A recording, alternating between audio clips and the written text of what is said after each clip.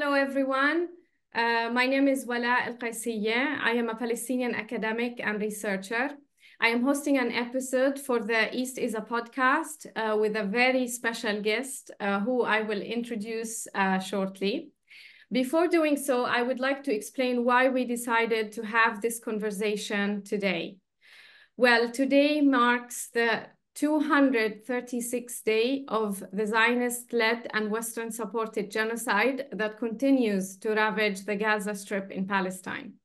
So far, Israel has killed over 35,000 and injured more than 80,000 Palestinians, mostly women and children. And it doesn't seem like a stop to these atrocities is within the near horizon, as Israel, despite international pressures and the recent International Criminal Court of Justice ruling, seems to be adamant on committing more slaughter and moving into the Rafah area, where over 1 million Palestinians have taken shelter in the southern part of the Gaza Strip. In the US imperial core, we have seen how politicians, media propagators, and analysts have all worked full force throughout the past 8 months to greenlight the genocide of the Palestinians. At the same time, we are seeing a growing student movement for Palestine, the scale of which we have not seen since the late 1960s. Student encampment against the genocide have been met with brute force of the ruling class regime, going as far as branding them as Nazis and terror supporters. What we are learning throughout these events is that the Palestinian struggle for justice and liberation does not only shed light on the gruesome face of Zionism and apartheid regime, but also teaches us what ought to be done against the rising force of fascism in the core of Western empire, in light of their uncompromising support for the Zionist regime.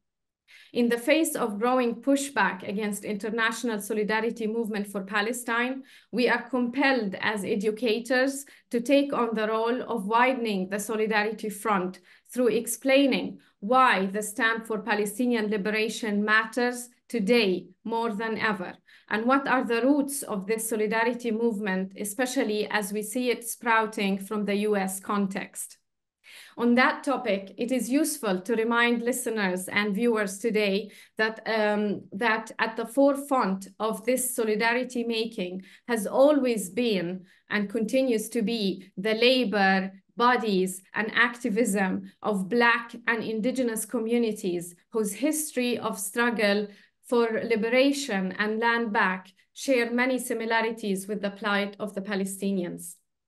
Over a year ago, between 2022 and 2023, I had the privilege to spend some time in the ancestral homeland of the Lakota Nation, what is known in US settler colonial lexicon as South Dakota or the state of Mount Rushmore. Its governor, Kristi Noam, a racist who's a racist bigot, has been widely on the news lately, as we all know. Throughout my time in Lakota land, I had the opportunity to meet and converse with an amazing, inspiring, and an all-power matriarch who's a highly revered Onchi, Madonna Thunder Hawk, from whom I learned a lot about the history of the Red Power movement and Indigenous women's role in the fight for Indigenous self-determination, spanning things like the occupation of Wounded Knee in 1973 to the fight against uranium mining and water contamination, the fight against women's sterilization, into the more recent mobilizing against DAPL, the Dakota Access Pipeline, and the continuous fight for the life and dignity of Indigenous children. Madonna Thunder Hawk, thank you so much for making yourself available to talk with me today and allowing us to make this conversation available to allies and activists who I strongly encourage to listen to this episode and learn about Indigenous peoples' movement for self-determination from the Turtle Island to Palestine. I guess I would like to start by letting Madonna share with us a little bit about the late 1960s, because the current and ongoing movement of solidarity and student revolution has been widely compared to that era. As a lead organizer during that time, Madonna, can you tell us what was happening then, especially from an Indigenous organizing perspective, and why it's so crucial to look back at that history of movement building and learn from it? Well, first of all, hello. I'm so glad to see you. I'm so glad to do this. Technology is awesome, isn't it? I get to see your face and hear your voice. But yeah, I'm glad I get to do this talk with you because at my age now, I'm an elder and been around a long time. But it's been basically, my life in this work because as a indigenous native, in this country of the United States, I see the work that I've done and been involved in over the years as an obligation. And I think that has a lot to do with any indigenous struggles worldwide. The basics are the same when it comes to colonization. We all face the basics are the same. It's all about land back, okay? And who we are and who we stand, where we stand, And a lot of times when you're talking indigenous in your homelands, for example, for us, native here in the United States, we're the only ones that can say that. We are natural to this land.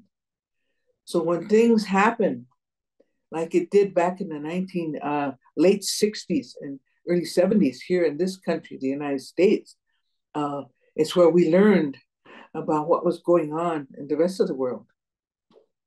And when we made our stand at Wounded Knee in 73 against the federal government, it was a land back issue, but the first people to give us public support on an international level was Palestinian people and Northern Ireland. So we learned, right away. It was an amazing thing to empowering, because we knew we weren't alone. We knew we didn't stand alone. So that was the key, and it's grassroots, community level, not politics and government, because that's, whatever way the wind blows, that's what the politics blows, But this is understanding on a basic level of being people of the land. So we all understand each other. And in this modern day, English is the colonizer language all over the world, And so we can talk to each other, But at the same time, it's an ongoing, issue worldwide. And as an elder, I understand that it's important to hand down the history of allies in struggle. That is very important, because that's where the strength is for all of us, regardless of where we are, So yeah, I learned early on. I learned when I was young, the importance of of having allies and knowing who your people are, your allies are, So it was very empowering for us as the American Indian movement in those days. And it carries on because the colonizers carry on, so we have no choice. We have no choice. It's an obligation.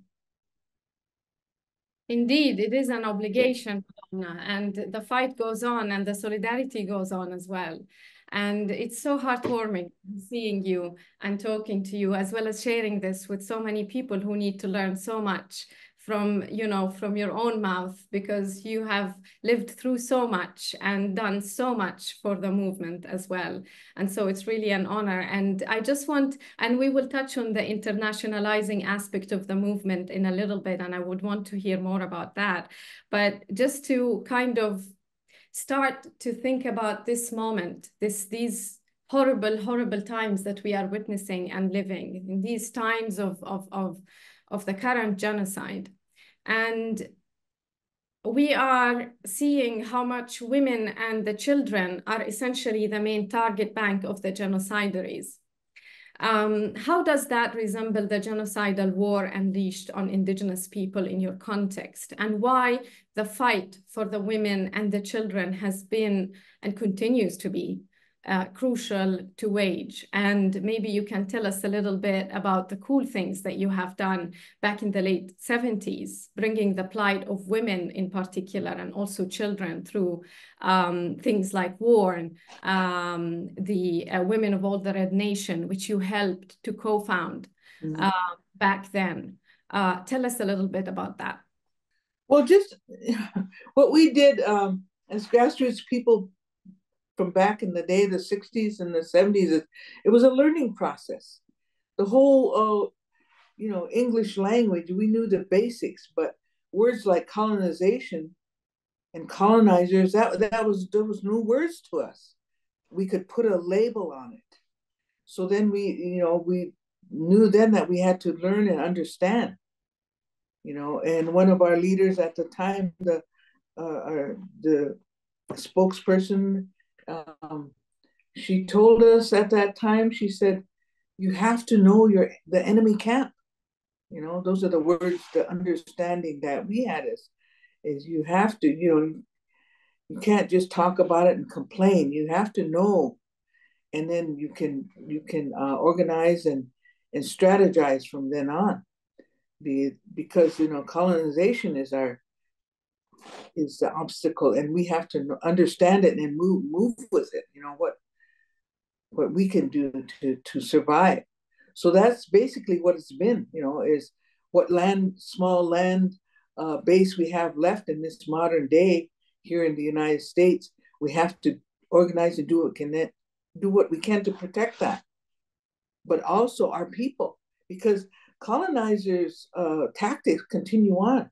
So we've always had to deal with the whole foster care system, taking children through the court system, making legal orphans and placing them off the reservation, off of our Indian land in non-native communities. It's an ongoing,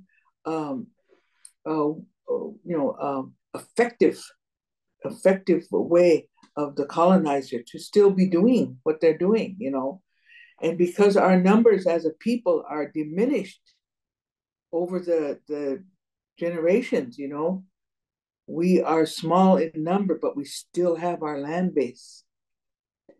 And we have ratified treaties with the United States government. So that does give us legal standing. That does give us a nation-to-nation relationship with the United States federal government. They don't want to recognize it. They want to ignore it, but we know better. And that's one of the mainstays that our ancestors did for us. So that's why we can continue to resist on all levels, but the main thing is to keep our people aware. Colonized thinking is powerful. So we have to constantly remind our people and bring our people along, so it's an obligation. So age doesn't matter. When you're Indigenous and you're in the land struggle, age does not matter. Your obligation continues, So that's how I see my role. And I can, in fact, testify how much Madonna's schedule is always very, very busy. And she's always on the route somewhere. And yeah, so age definitely doesn't matter, especially in Madonna's case. But to bring us back to what you were saying about how much, as you were saying, we have to make our people aware of the roots of the struggle and what it is about.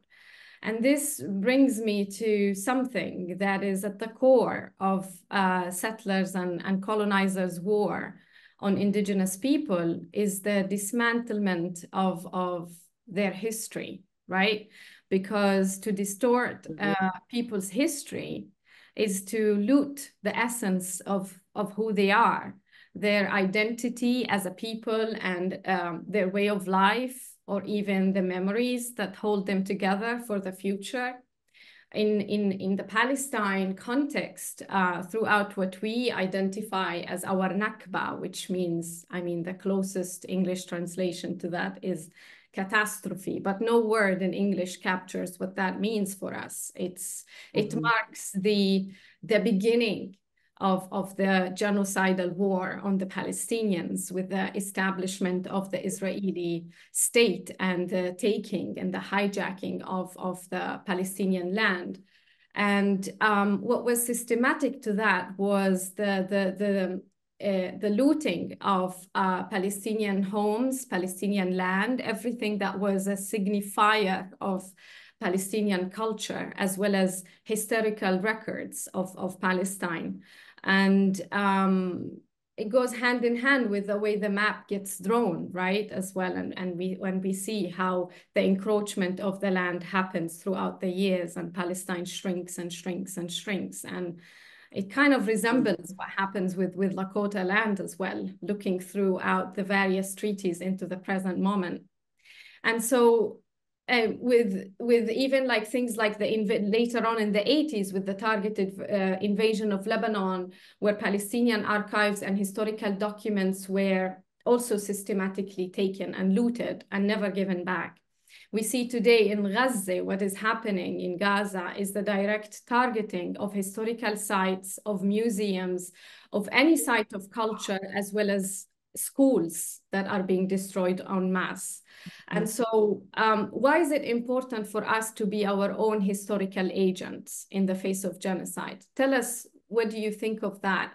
And the role that you have played in the past and into the present, documenting indigenous people's history through the oral narratives and archiving through the Warrior Women Project. Tell us a little bit about that. Well, I think it was, again, we're colonized people, we're under the Bureau of Indian Affairs, the federal government department, and so, for example, when I was growing up in the late 40s and the 50s, we didn't even realize. I never heard talk or anything of resistance of any kind. Everybody was just, real quiet, real dormant, but at the same time, the traditional people, they were considered what people called the treaty Indians, because they were the ones that remembered our treaty rights and that type of thing. So they were the ones that hung on to that knowledge and those teachings. But it didn't come about until the late 60s that it was out in the open for us as a people, and we began to learn and understand about our own history. And at that time, I think that one of the things that sparked the whole issue was the federal government, for example, had this program. It was kind of like the Peace Corps, only it was called AmeriCorps, and they sent volunteers, young people, to come out to the different reservations to help with building an economy and those kind of safe sounding terms and stuff. But we also learned from them how it was to organize and how to get involved. And one of the things was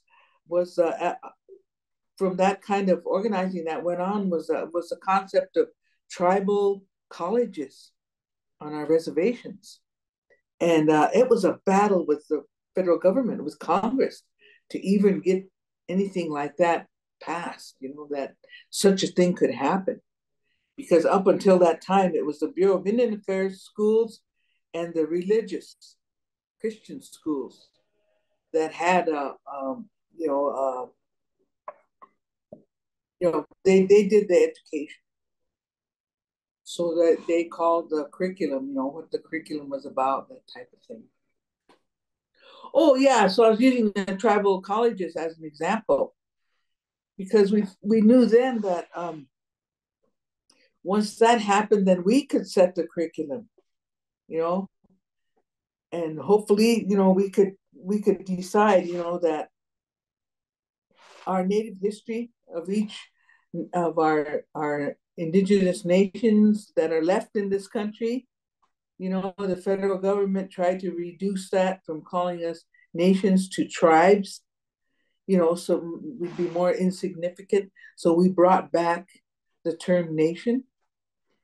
And with our people, for example, we are the Great Sioux Nation. Now, the federal government gave us that label back in the 1800s during the treaty process, okay?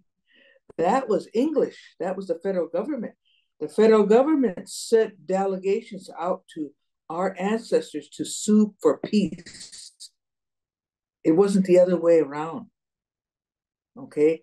So we learned those type of things when we decided that let's get control of our own education here and our own history.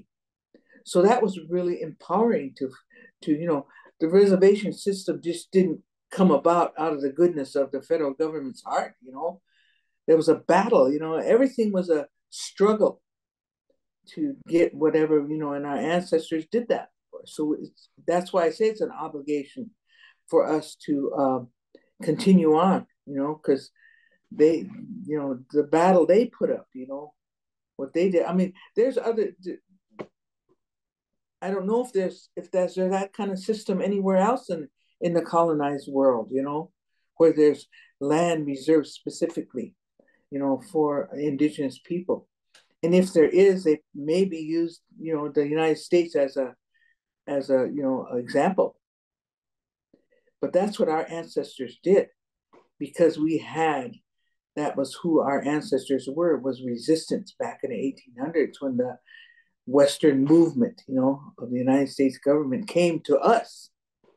They had already been in the eastern part of this country, so our people on the East Coast, they were decimated, by disease. It wasn't by warfare, it was by disease, because the Europeans brought terrible diseases, that our people had no resistance. That's how they were able to move west. And that's what came to our people. But because of the exploration, the explorers that were coming from Canada, coming down and coming up, from the south, disease wasn't that, our people had already experienced that to a certain extent. So that's why it was, our people were in the United States was in an attack mode for the land, but our ancestors were in defense. And the United States was weak because it was right after the Civil War. And they were weak militarily, so then they had to sue for peace. So they came out with treaty delegations to say, can we make peace with the Great Sioux Nation? But in our word, our language, it's Ochete Shakoi. That means 7 bands make up a nation. Okay, so that's who we are today. And so we do have the reservation system, and it's the only land we have left. But at least we still we can make a stand for that. We still have that. But anyway, so yeah, it became very important and also with that awakening and learning of our history, we learned what matriarch, what matriarch means, We always knew that the women were always, I mean, the home life, everything, centered around the women of the family, because that's just culture. That's just, tradition. That's just how we always operated, even in my life, I'm in my 80s now, but I remember my grandmother and my great grandmother. They were the matriarchs. They were the leaders of our whole extended families. Grandfathers, yes, I remember, but I don't remember them, other than being around. So the grandmothers made the decisions. The grandmothers were automatically, who the extended families went to for anything. So it's just culture, tradition, that's handed down. So we had to, with our own history and learning, know that we learned words like patriarchy. We understood then what happened, and how our societies was changed, and it just made us stronger, for resistance. So, for example, that we could do things that organize women, like we organized ourselves, into Women of All Red Nations, for example, to put a stop to the sterilization of our women. And this was like in the early 70s. We found this out, it was, so we started that campaign, against the Indian Health Service, and they immediately stopped doing, and the rest of the country, the women's movement in the rest of the United States was growing stronger and being organized. So we had allies. We had allies there to help us on the women's issues. So it was a very empowering awakening for us to be able to stand and organize. And we were ancestor strong. We knew our history. So even though we were small in numbers, we have more strength than many, people and groups or whatever in this country, because we know our history and we're ancestor strong. And just talking about the women's movement and reflecting back on what's happening today in Palestine, and I always consider myself all for women and, for strong women. And I guess in these moments of like heightened and intensified violence, is that we also it's a moments of reckoning, of understanding what the struggle is truly about. And sometimes with the kind of Western feminism, we find it for ourselves, people who are fighting for liberation of a nation, we find ourselves being alienated in the process.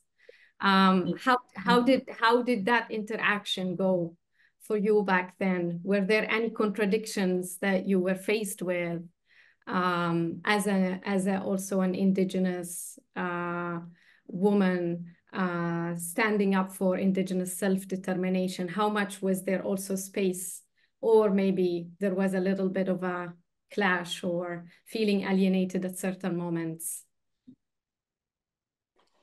Well, we came from a position of strength already because of our tradition and our culture. The original societies were matriarchal, so we didn't have to, deal with that on a local level or at home, in our native communities. So yeah, the women's movement outside the rest of the country, we never had that problem either, because we came from a very unique standpoint. Our issues weren't the same.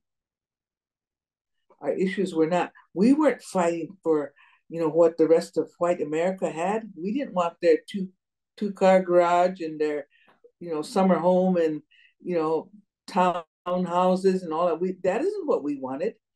Our issues are completely different. Our issues come from an Indigenous standpoint, land first, protection of the land and land back, and then survival, basics, from healthcare, you name it, okay? So there were issues where they could help, with us with organizing, for example, because we're in the Dakotas, where the population is low for our people, but also for the non-natives, the populations in North and South Dakota are small compared to the rest of the country. We don't have the resources that the rest of the country has. So a lot of times we had allies and groups of people that understood, from the standpoint of land first, and then what colonizing means. So they understood where they could support. And we had a lot of support from the LGBTQ, society groups in this country, because they were just getting organized nationally and getting strong. So there were many basic issues that were the same, and so there was never conflict or issue, because we come from a unique standpoint, where people want to support us, not tell us, what to do or how to do anything, never happened. Yes, and on that topic, you've mentioned on kind of organizing and coming in solidarity on the local kind of context, but also then internationalizing the movement, right, that you started off with. So bring us back to that. Where did you get during these times, and who were the people that you were connecting with and also learning from internationally?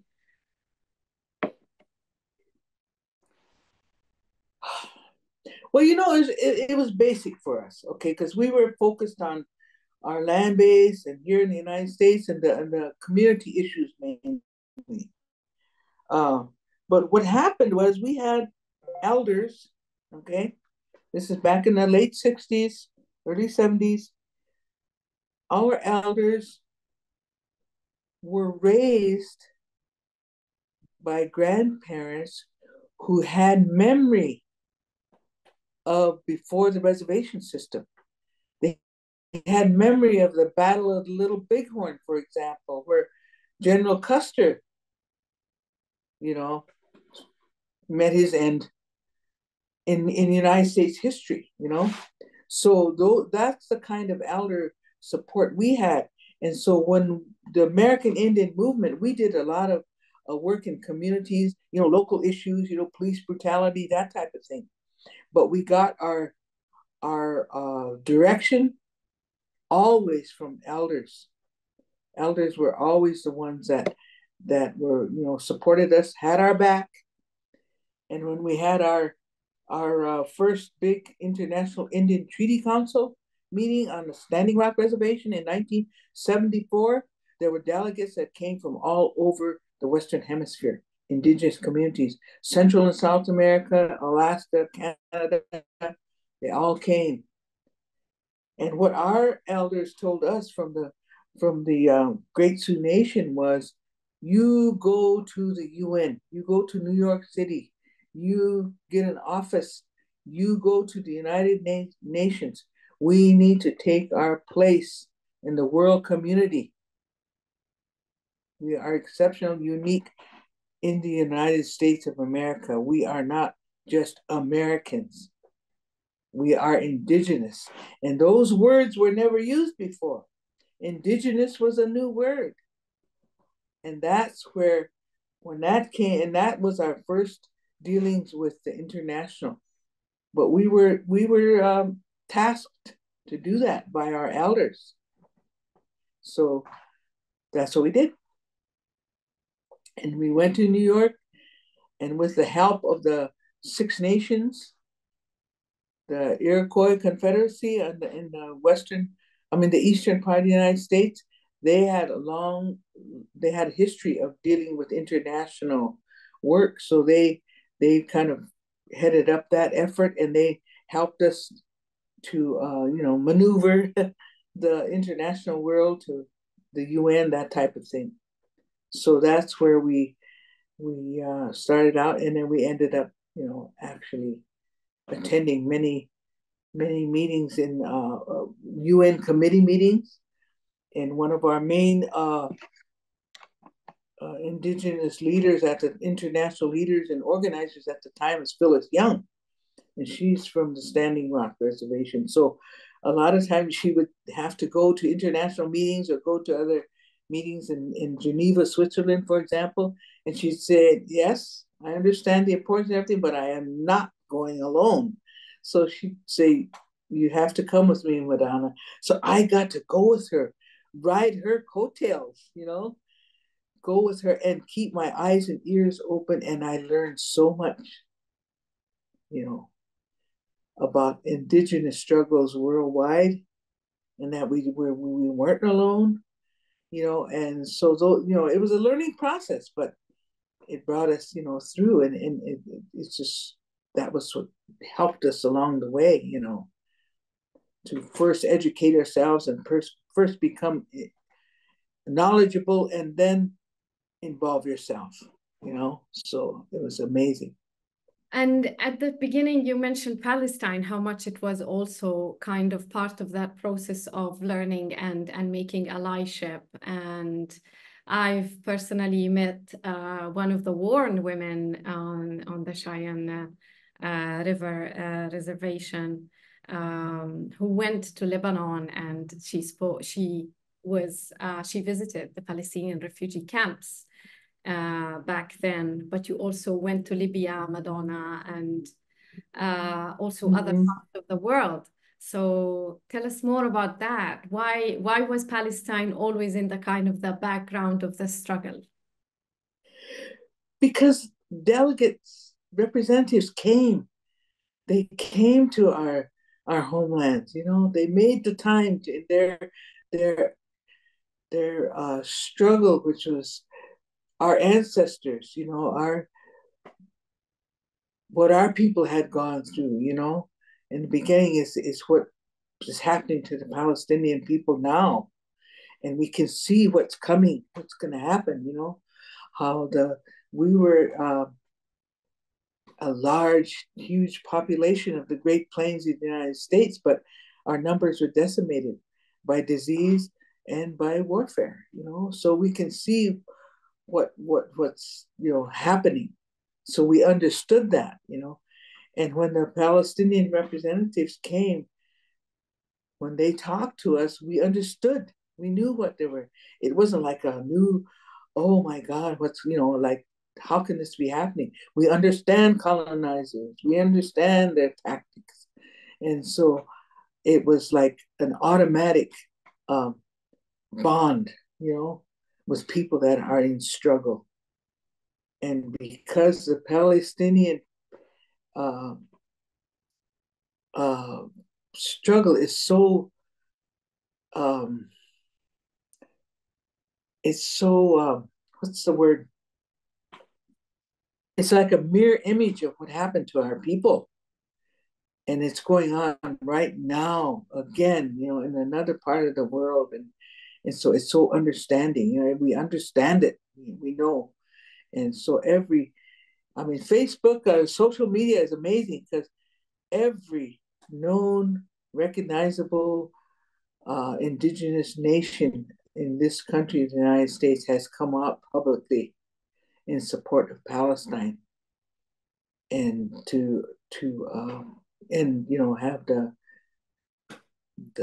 Zionists. We understand what Zionism is, you know, and what we understand it all, you know, we know.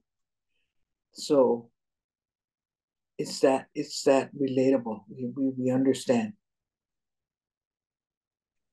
Yeah, and I think back, because you were talking about how the plight for self-determination for Indigenous peoples within the Turtle Island context, but also for Lakota people in particular, comes from that long durée of resistance, right? It had, you know, the treaties weren't gracefully extended by the colonizers, right? It had to be the counter-violence of the colonized, of Indigenous people rising up and fighting and defeating Custer, right?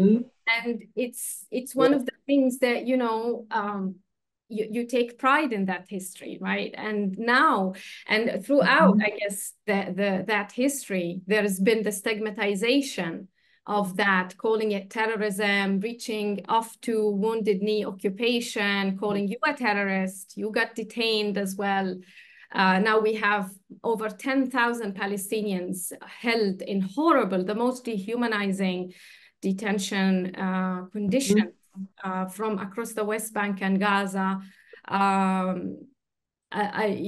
And a lot of them are women, and there's a lot of human rights violations also taking place there. But it's all okay, you know, because these are terrorists, these are human animals, you know. And you hinted at the terminology, the Sioux, what it means. You know, Sioux is a French term to mean a snake, versus Dakota means an ally or a friend. How much there is this kind of stigmatization of Indigenous plight for resistance.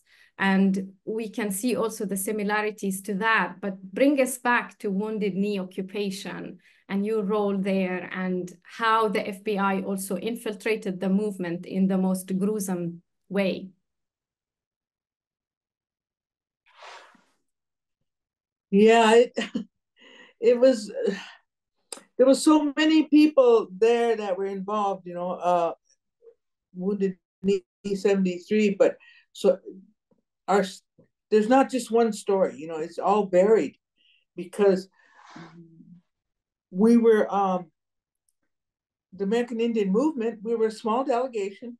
We were gathered in Rapid City, South Dakota, the western part of the state, because of an issue that was happening in this town located in the Black Hills of South Dakota called Custer. They named their town Custer, but they had, there was a court battle that happened back then where two white ranchers had killed an Indian man, Wesley Badhart Bull. They put him in the trunk of their car and they drove him around and they killed him. So they were having his trial in this town, all white town called Custer, and they found him innocent.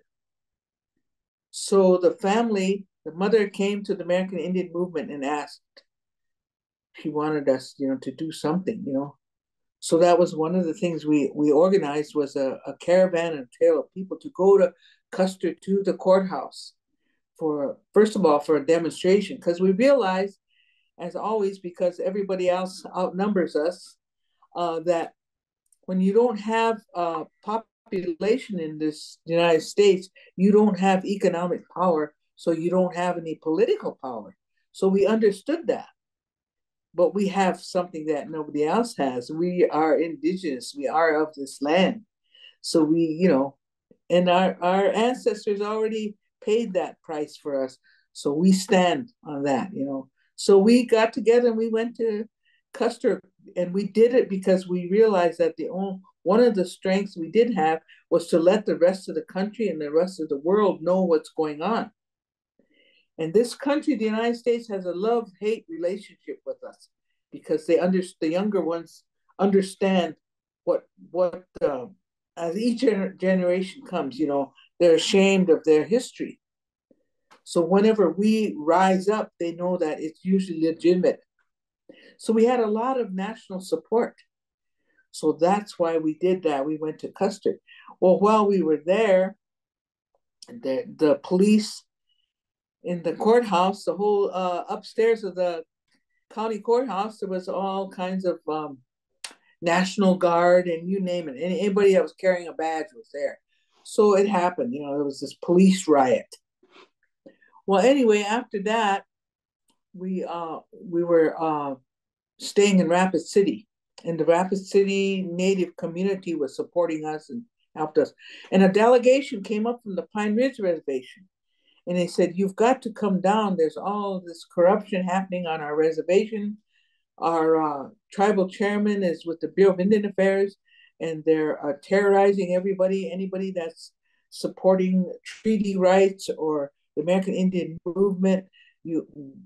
Each community on the reservation wants you to come so they can tell you what's going on. So we said, okay, we'll send a delegation. So I was part of that delegation. And so we went down there and we went to one community. We were on our way to another when the people of the reservation heard about it. So then they started following us. We were going to this big meeting, so they were so we ended up with this caravan of hundreds of cars. And as we were pulling into the community of Wounded Knee, we heard gunfire. And the federal marshals, I don't know, the National Guard, you name it, had surrounded us in that community. That's how we ended up in Wounded Knee and had a standoff against all, I mean, you name it. We just say the feds because, you know, they cover everybody. So, but at any time, any law enforcement was there, you know, all armed to the teeth, whether it was tribal, state, county, you know, federal. So that's how it all began, you know. And of course, it was a land issue, you know. It always is. It always boils down to a land issue. And one of the things was at that time was during and after World War II, the United States government took the northern part of the Pine Ridge Reservation and they made it a gunnery range, thousands of acres. And they said, when the war is over, the land will return back to you. Well, it didn't. So this is the 70s. So that was one of the issues that people of Pine Ridge wanted that land back, thousands of acres. So the, you know, the big land grab wasn't all in the 1800s. It's still going on. For example, my reservation in 1960, they flooded close to 1 million acres. They built dams on the Missouri River. All the dams, there's 4 of them, they're adjacent to it, reservations.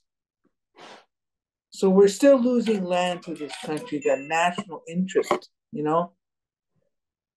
Didn't all happen in the past. And that's because we're indigenous and we're land-based. Well, anyway, that's how that whole thing happened started in the village of Wounded Knee. Well, when it went, the world found out about it, the rest of the country found out about it, you know. In those days, there was only 3 news networks, NBC, ABC, CBS.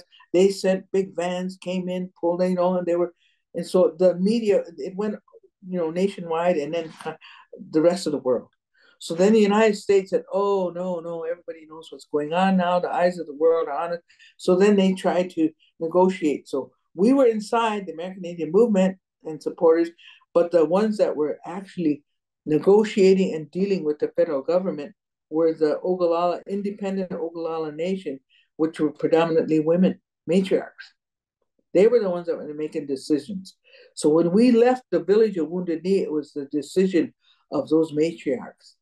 They said, all right, we've got this, you know, we're dealing with the federal government now. They've come to the table. The White House has come to the table. So you can go home now. So we went home. Of course, I went to jail, but most of them went home. Yes, and talking about the land encroachment, it just always rings a bell for me as a Palestinian, you know. They just keep on taking and taking and taking, and they expect people not to rise up. They expect us just to bend, taking. You know, long before October the 7th happened in Gaza, people were marching along the border to peacefully to say, you've got to lift the siege. You've got to lift the siege of Gaza. And thousands of them were shot. That's, you know, that's the response that we always get from the colonizers, whether we rise, quote unquote, peacefully, or whether we, with armed struggle, you know. There's always that, you know, brutal force. Yeah. And onto the, you know, the current moment, and you were talking about how it continues to be up for grabs also through the Dakota, things like the Dakota Access Pipeline. And tell us about that, because I've seen a lot of photos of you there and in that camp, and you had your Palestinian scarf there. And, you know, tell us more about that. Well, of course, here comes the pipeline. You know, at first they were going to run it north in North Dakota, north of well, we don't have huge cities, but we do have cities. And there's a Twin Cities in North Dakota, southern part of the state, almost bordering South Dakota, is Bismarck and Mandan. And so the Dakota Pipeline, they were going to put that north of Bismarck. But Bismarck said, no, no, no, no, no. Why? Well, there's a danger. Maybe they knew there could be all pipelines leak. They don't leak, they burst, you know. So there's always that danger. It's going to happen. So then the city gets together and they say, no, we don't want that. So they put it south of Bismarck. So what's south of Bismarck? A whole bunch of small ranchers, but there's this huge reservation, and that's a Standing Rock reservation. So knowing that a pipeline is eventually going to burst, it's going to contaminate the water all south of Bismarck. So the city will be safe, but the reservation will take the hit. So that's what the resistance was all about. And it expanded the way it did overnight is because for the first time in our modern day history, it was a tribal government who put out the call.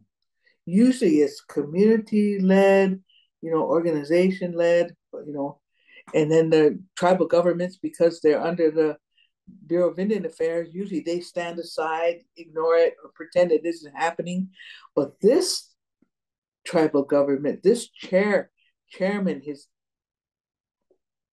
he said he put out the call to all the rest of the tribal governments nationwide about what was happening, and everybody came. And the reason is we are all under the federal policies. Every reservation nationwide is under the same federal policies.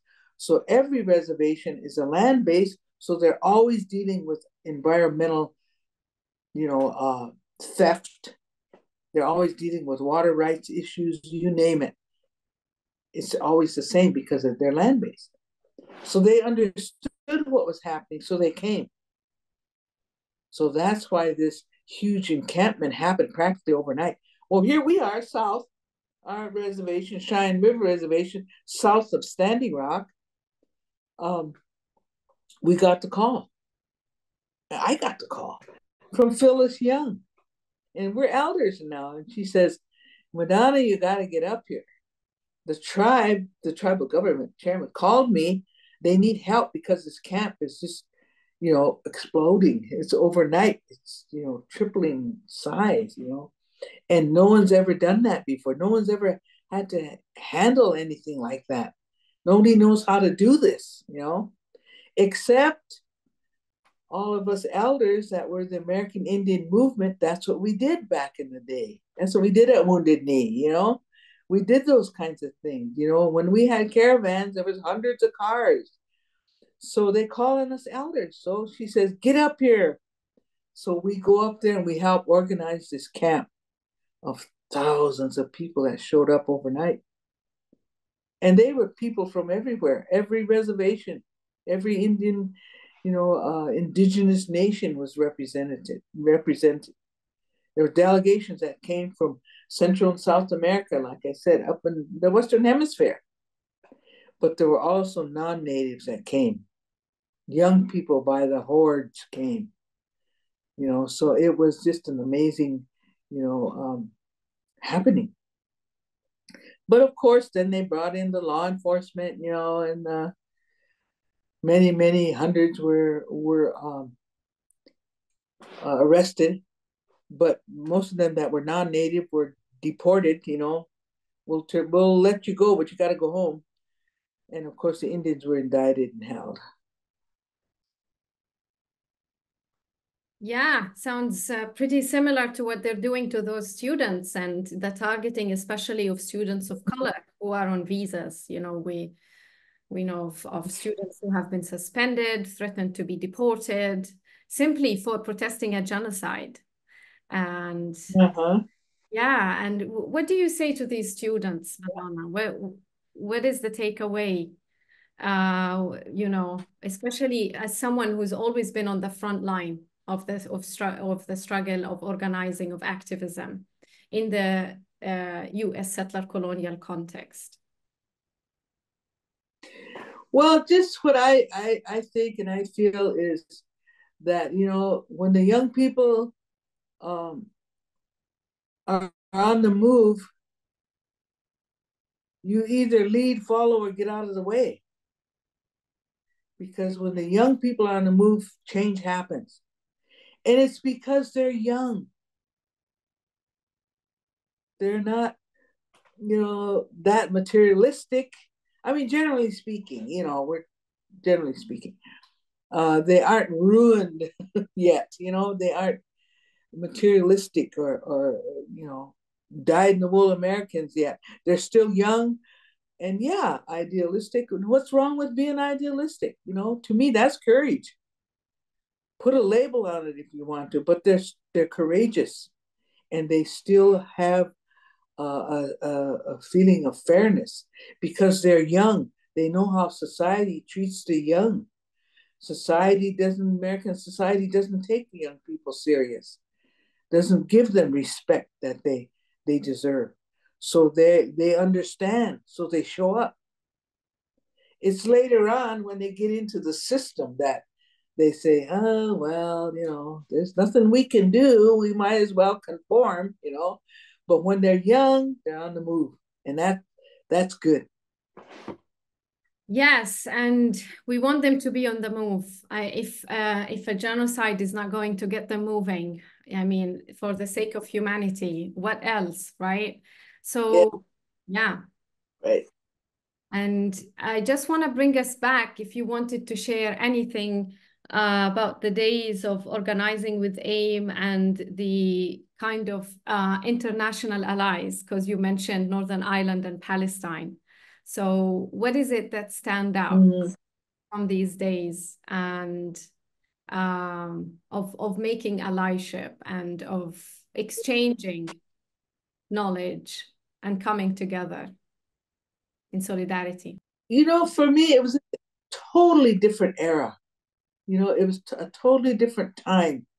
There was no social media. All we had was telephones and you know, the U.S. mail. That was about it. You know, and there was very few progressive media like newspapers or anything. You know, so it was more of it was more important for human contact. You know, so we were asked, especially after Wounded Knee, you know, we were asked to travel, go all over. And it just so happened that the federal government and the powers that be didn't take women serious. So they targeted the men. So the men were always either under indictment or they were in jail or they were in hiding, you know. So who was left? And it just so happened I had a passport. So I was getting these calls to go everywhere, you know. And I didn't get a chance to go to many of the indigenous countries, you know. It was mainly Europe because that's where the money was. And then there weren't any restrictions because Europeans are Caucasian, right? So, you know, open doors, whatever, white privilege. So, and of course they had the money, but there were a lot of young people in these countries, young people that were understood what was going on and they were very supportive. So a lot of times we got to go to international gatherings of, for example, words like non-aligned countries. That meant they weren't aligned with the Western United States or Europe. They weren't aligned with Russia. At that time was communist. They were unaligned countries. And Palestine was one of them. You know, so we got to go to meetings in Europe, but we got to meet with non-aligned, you know, representatives and people that were in the struggle. And it was basically a safe place to meet up, you know, because Geneva, Switzerland was the safest, you know, to go to. and meet. So I went a lot of times with Phyllis Young, and I would go, and we got to meet with many, for example, leaders from Central and South America that had to leave. They had to go to Europe for safety reasons. So anybody that was organizing for their country, for their land, were considered communist or some other label, and they were fair game. They were just just a open season on activists or movers and shakers of the time. So that's where we got to meet with a lot of people, and it was good because it gave us strength.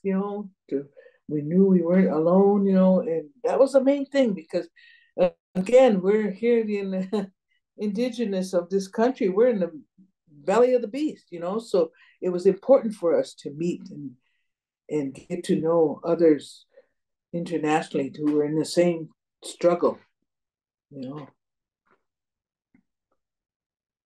Yeah, and I remember also from the late Dawn Dakota, your daughter, that a trip to Libya that both of you were on.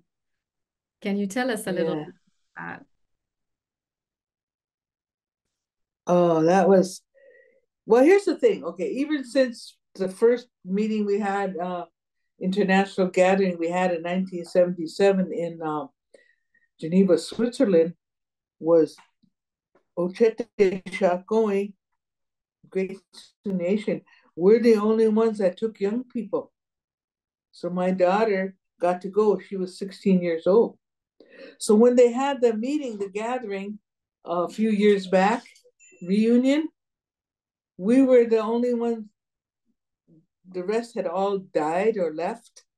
There was very few. The delegation was very small, except for ours, because we had taken young people.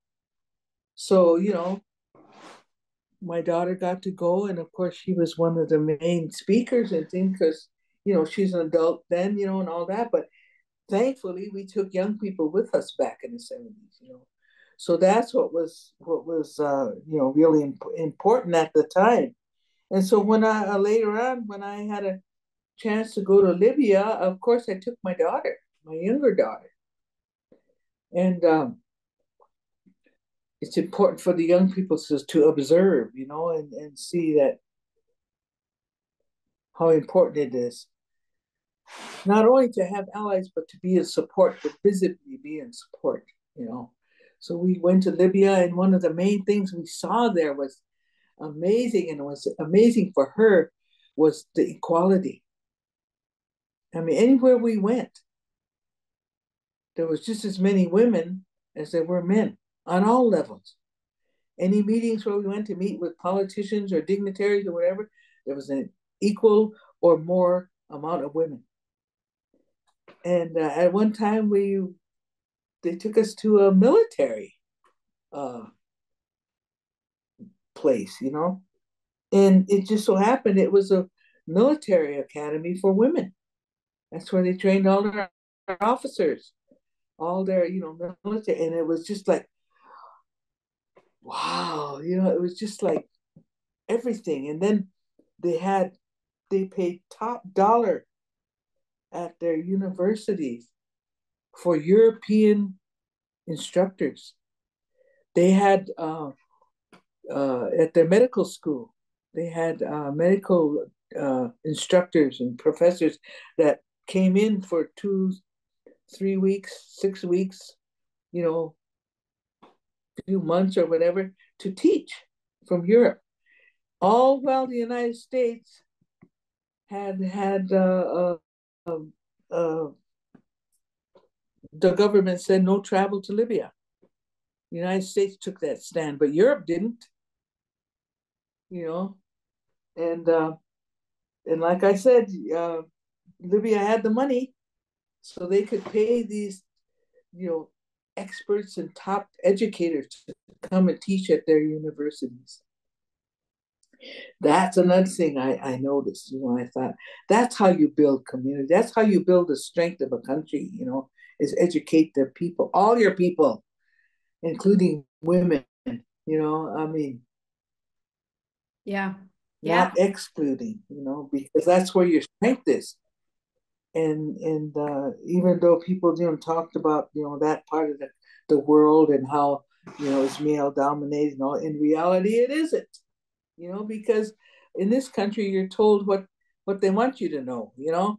So we went and saw for ourselves, and it was just amazing and strengthening. Yeah, absolutely. And Europe didn't at the time sanction Libya, but then in 2011, Mm-hmm. they all jumped on the wagon and destroyed the country. Mm-hmm. Yeah.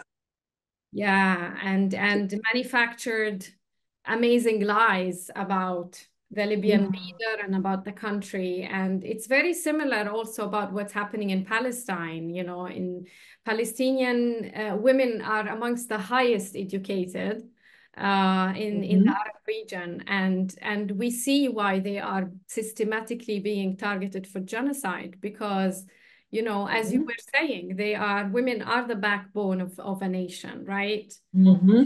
Famous Lakota saying, you know, how much the women are at the Yeah. forefront, have always been and continue to be. And when you were saying also sharing about the women, you know, because the colonizers have this mentality that the women are in the back of it, they are not going to do anything. Mm-hmm. And they are invisible somehow.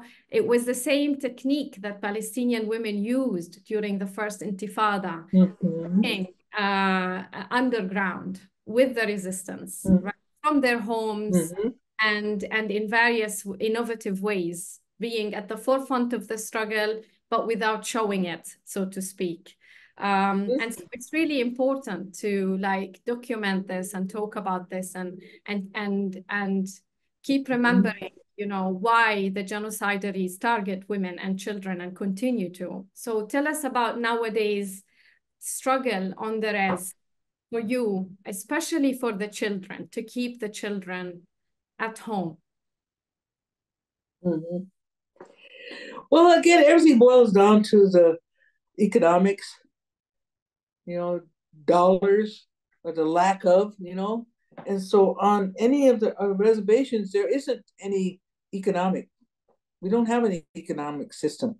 Everything depends on the federal dollar. Everything is a program or a project. Okay. So with that concept, for example, back in the day, the state of South Dakota could care less about Indian children. They didn't want to be bothered. And they were, you know, the reservations are under federal jurisdiction. So that eliminates the state. Okay, the state has no jurisdiction on the reservations unless the tribal government makes a compact with them and says, okay, you can run your highway through our reservation. Okay, so that's the state has to maintain that highway or whatever, you know, that those kinds of agreements they have. But we're basically under federal jurisdiction. But it boils down to funding. So the federal government, back in the day, when the Republicans were, you know, solidly in control, they stopped funding through the Bureau of Indian Affairs. They stopped funding social services, child welfare. They started funneling the money through the state. So then the tribal governments say, "Oh, well, there's no more money for us to run our, you know, for them to have the Bureau of Indian Affairs have child welfare services on the way. So then we have to go with the state because they have the money." Okay, so that's what happened. So the state of South Dakota is firmly entrenched on many of the reservations. Not all of them. There's a few holdouts, but ours isn't one of them. So the state of South Dakota has the office. They have this fancy brand new building on our reservation. And that's where, you know, through the tribal court system, the children get taken, and there's no foster care system on the reservation, so the children are sent off. And any foster homes, for example, on our reservation, they're very selective. Some of them are non-native, and they'll say, well, we will only take children under 10 years old. Nobody wants to deal with teenagers. And the native households will say, we'll only take children that are relatives because they don't want to deal with anybody's angry grandmother from another part of the reservation, and infighting going on. So they say, we'll only take foster children that are relatives. So it's a real touchy situation, But what we're doing, we organize the grandmothers group. We have the young grandmothers, the YGs. They're raising grandchildren. Most of them are raising grandchildren. So then we have the OGs, that's the old grandmas. We're the ones that can go to meetings and, we're free to travel and do whatever. Some of our OGs are raising grandkids, so they're raising great grandkids, So that's happening. So we understand, we see what's going on. So what we're doing is organizing and working with our tribal government. For example, we have a children's village here on our reservation that we're working to get it hopefully will be up and running soon, but our main problem is staffing. And we're finding out that it's a nationwide problem. Because anymore, people don't want to get involved because the children come from such dysfunction that it's mainly behavioral. You can't do any home life, you can't do any teaching, you can't do any, what we imagine a foster home should be doing. Their discipline is the main thing. So it's really hard to recruit people that want to work at a children's village. So we're faced with all kinds of problems like that. For once we have the facility, it's usually been the other way around. We have workers, we have everything's ready to go, but we don't have a facility. This way, it's the other way around. We have 2 homes that are fully furnished, ready to go, and no staff. So we're working on that. We have some of our members are graduating from, college, university. They're coming. They have social worker degrees. Hopefully, we can recruit them. That type of thing. So we're working on it. We're not giving up, but it's just a hard goal. We're dealing with an amazing society that's totally colonized, assimilated. We're constantly battling. Whatever's going on in the rest of the country, we see it 10 times, because we're such a small population, it hits us hard. Yeah. And, with the power that you give to the people around you and to also to your daughters, to your takojas as well, and then also the great grandchildren, and they're all powerful women, and I've got to meet them and see some of the amazing stuff that they continue to do as well for their community. And the ride as well that we went on, the big ride, and so much more. Yeah.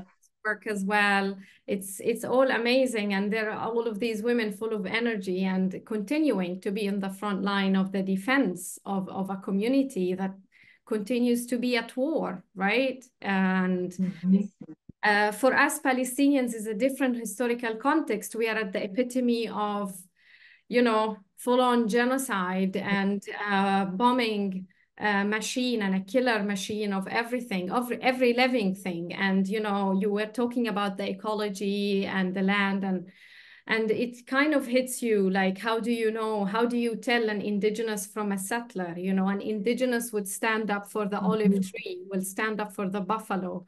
A settler will kill them, right? As it kills every living thing.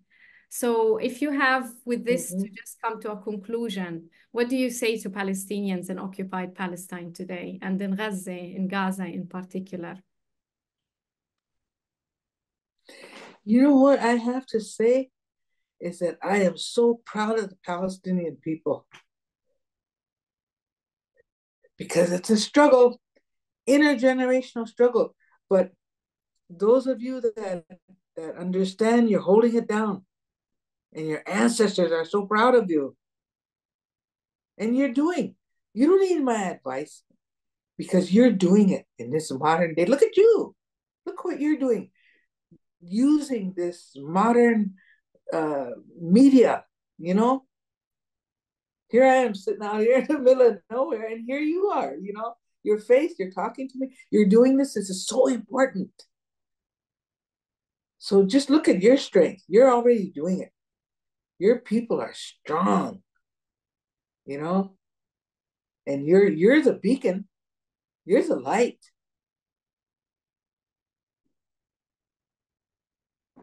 That's what I think. Thank you so much, Madonna. Thank you for these words.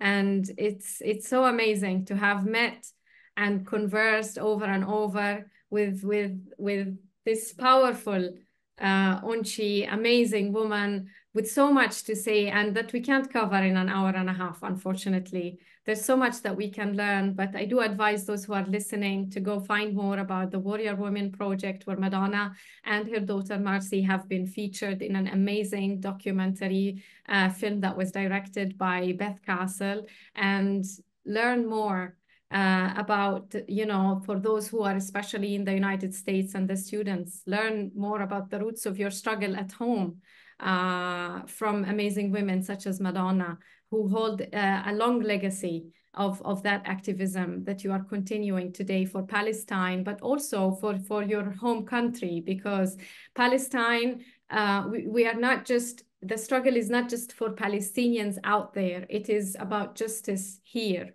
where one is situated. Mm-hmm. And as I said, there is more and more fascism to stand up against in the imperial core. And so I salute everyone who's part of the struggle. And thank you for your solidarity. Thank you, Madonna, so much for your time today. And as I said, she's a busy woman, so we'll let you go. And